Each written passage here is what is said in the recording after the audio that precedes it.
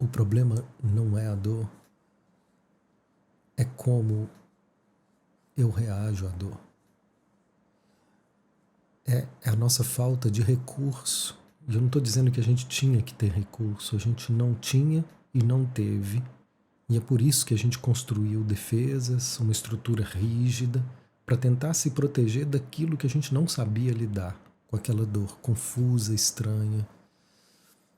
E o que a gente está desenvolvendo agora é justamente um recurso. Né? Recurso significa presença, significa poder acompanhar e permitir que isso seja sentido sem criar oposição, sem resistir ao que eu entendo que seja o mal.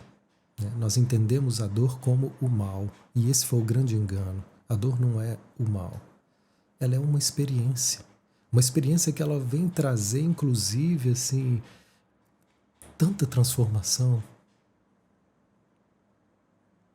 Mas no momento em que, por exemplo, a gente diz que, né, ao sentir essa dor eu me sinto pequena, né, e eu começo a brigar com o fato de ser pequena, como se eu não pudesse ser pequena, como se ser pequena representasse a vulnerabilidade, a fragilidade,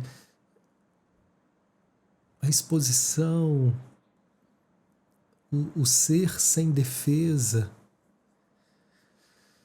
Então, quando eu começo a brigar com isso, eu vou brigando com a experiência e ela não passa. Eu fico me debatendo aqui dentro como alguém que está afogando e não consegue sair do lugar, ele nem... Agora, quando eu peço então ajuda, eu posso permitir que isso em mim se sinta pequeno. Permitir que, quando a gente dói, é claro que a gente se sente...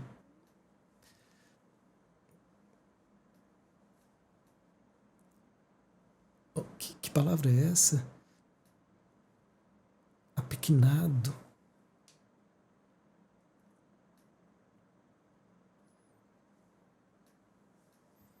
Fragilizado. Claro que a gente se sente assim. E em algum momento eu achei que eu não poderia me sentir assim. Porque eu entendi que eu tinha que dar conta, porque eu entendi que eu tinha que ser forte, porque eu entendi que eu tinha que... qualquer coisa que não fosse natural. Porque isso é tão natural, é tão humano. E quando eu me permito, então, me apequenar na dor, dali algo pode crescer, dali algo pode surgir, né?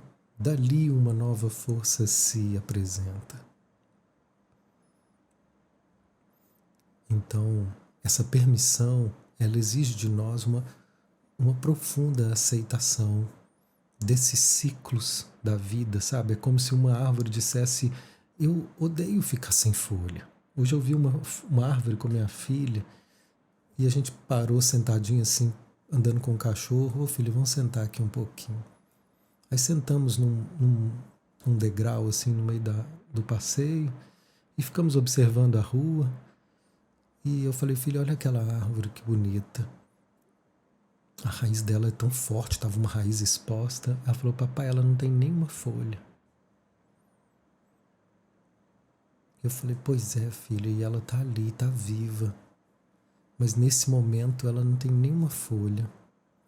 Vamos esperar a próxima estação para ver como é que ela vai ficar. Mas nesse momento ela só galhos, assim, uma árvore grande, assim, com uma raiz bem exposta, mas não tinha nenhuma folha. E é como se essa árvore dissesse, então, não, eu não quero ficar sem folha. Eu não quero ficar assim, tão exposta, tão... Não. Não existe essa escolha, né? Não existe essa oposição aos ciclos naturais. A gente se opõe e essa oposição, ela cria esses conflitos internos até que a gente possa deixar ser, né? Encontrar um lugar onde eu posso deixar ser o que é. E é dessa permissão que pode surgir uma renovação. Olha que legal isso. Estar bem não depende de não sentir dor, mas de não me fechar quando a dor é sentida. Porque faz parte de ser humano sentir dor. Ai, Mateus, mas eu não consigo ainda sentir dor sem me fechar. Quando eu vejo, eu já estou de tromba para o meu marido. Quando eu vejo, eu já estou com raiva de Deus. Quando eu vejo, eu já estou fechada e já querendo pedir para sair, desanimada com a minha vida. É verdade. Nós temos que aceitar que, embora esse seja o ideal, a gente não se fechar para a dor, ele ainda é um ideal que não é possível ser vivenciado plenamente. Então nós estamos aprendendo a não temer o mal, aprendendo a não temer a dor.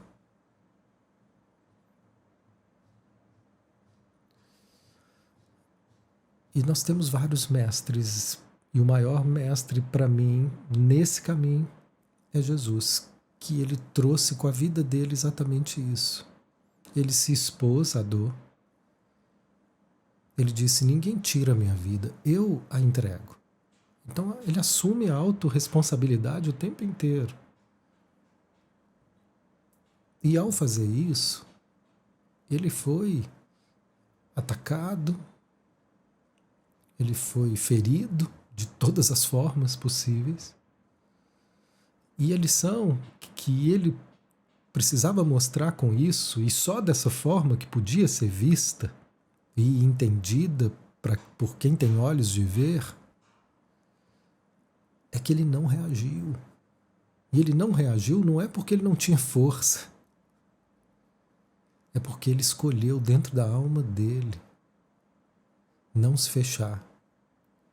Porque a gente só reage quando a gente se fecha. A reação, a raiva, ela é só uma forma de se proteger da dor.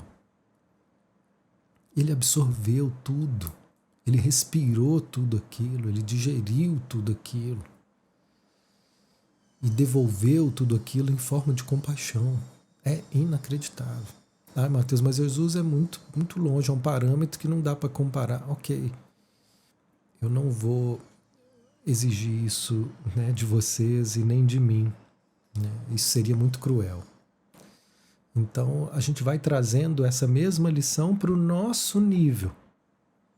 Ou seja, é impossível para mim hoje ser humilhado e crucificado e não ter ódio de quem ousar fazer isso comigo. Né? Eu teria ódio. É impossível.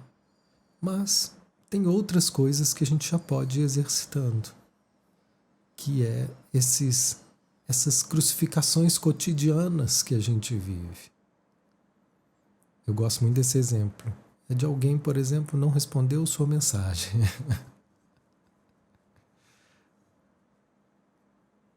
Tem uma dor aí. Às vezes tem. Como eu lido com isso? Eu tive uma experiência agora que eu coloquei uma expectativa enorme num projeto, que era um CD novo. Coloquei uma grana que eu não tinha essa grana. Foi uma loucura colocar uma grana num CD que não vai me dar nenhum retorno financeiro. Foi só uma paixão. E o resultado disso foi uma frustração. Não é só pelo gasto financeiro, é porque não ficou do jeito que eu queria. Imagina, eu pôr um dinheiro que eu não tinha num projeto que não vai me dar retorno e ainda não ficou do jeito que eu queria. Que frustração.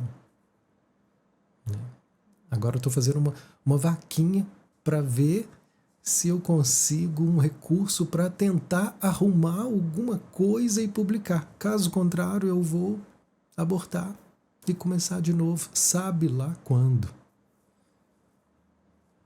Né? Um CD lindo com pontos de terreiro, com minhas filhas cantando comigo. Olha que frustração. É com isso que eu estou dizendo. E aí? Como que você lida com essa dor? Como que você lida com essa frustração? Você vai se vitimizar e desistir? Você vai atacar o outro, processar o outro, xingar o outro, falar mal do outro? O que você vai? Como? Para que lugar que você vai nessas horas? E quanto mais a gente tiver essa imagem de autoimportância, mais ferozmente nós vamos reagir quando o mundo não nos estender tapetes vermelhos.